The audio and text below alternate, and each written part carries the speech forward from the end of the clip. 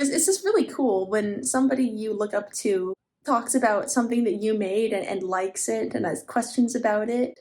So I am going to talk about Dragonwell and his story and answer some of these questions. And thank you, Sam, for including him in your video.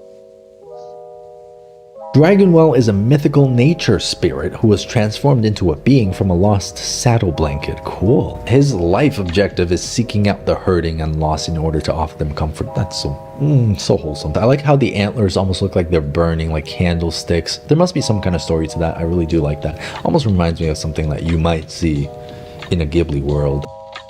Dragonwell's main inspiration was the T-Horse Road, which I have seen a really cool video about, and I'll link it in the description. Essentially, I was playing an art roleplay game, and the game is based on the real world, and I thought I'd like to have a character on the T-Horse Road because I'm so interested in tea right now, and like the proper ways to brew tea, and the leaves and whatnot. So I thought, I'll have Dragonwell be created from a saddle blanket along the T-Horse Road, perhaps a saddle blanket that got lost, since in this art roleplay game, characters are transformed into nature spirits from lost things, lost people, or lost animals, and it could be a physical lost or an emotional loss. So I chose a saddle blanket, and Dragonwell, being a blanket dragon, he has an innate nature to want to seek out and comfort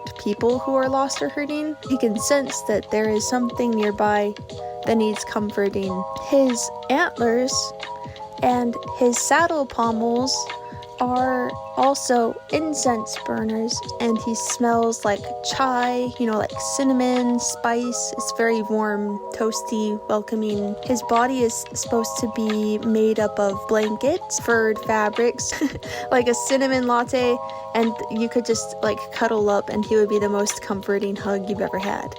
There were certain parts of Dragonwell's original design that were specifically put in for the art roleplay game's rules, like not having a nose or a mouth because he is technically considered a ghost. But I wanted to draw him in a different style today. I guess I just wanted to draw him freely without being bound to any sort of gameplay rules. So I did give him a nose, and I did give him a mouth, and I gave him different eyes from his reference, and I kind of omitted some of the plant life going on, and just tried to take a different spin on the original design that I'd done for Dragonwell.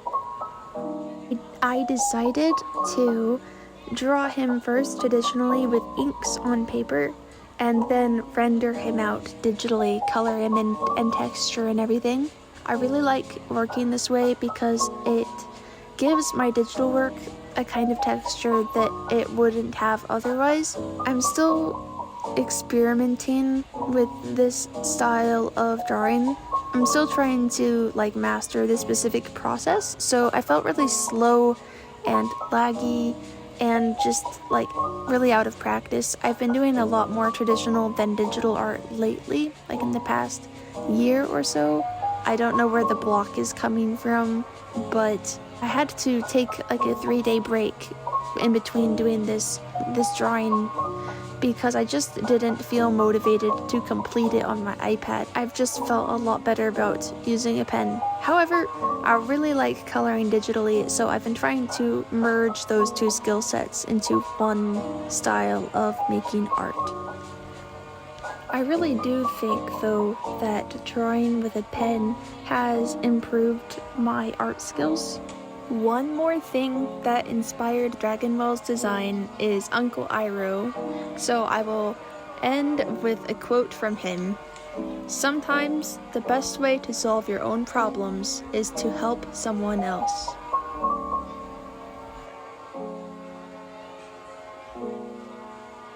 I've been watching Sam's videos for a long time now, and when I saw that my character was in his video, I literally dropped everything I was doing, ran over to my friend's room, and was like, you have to see this.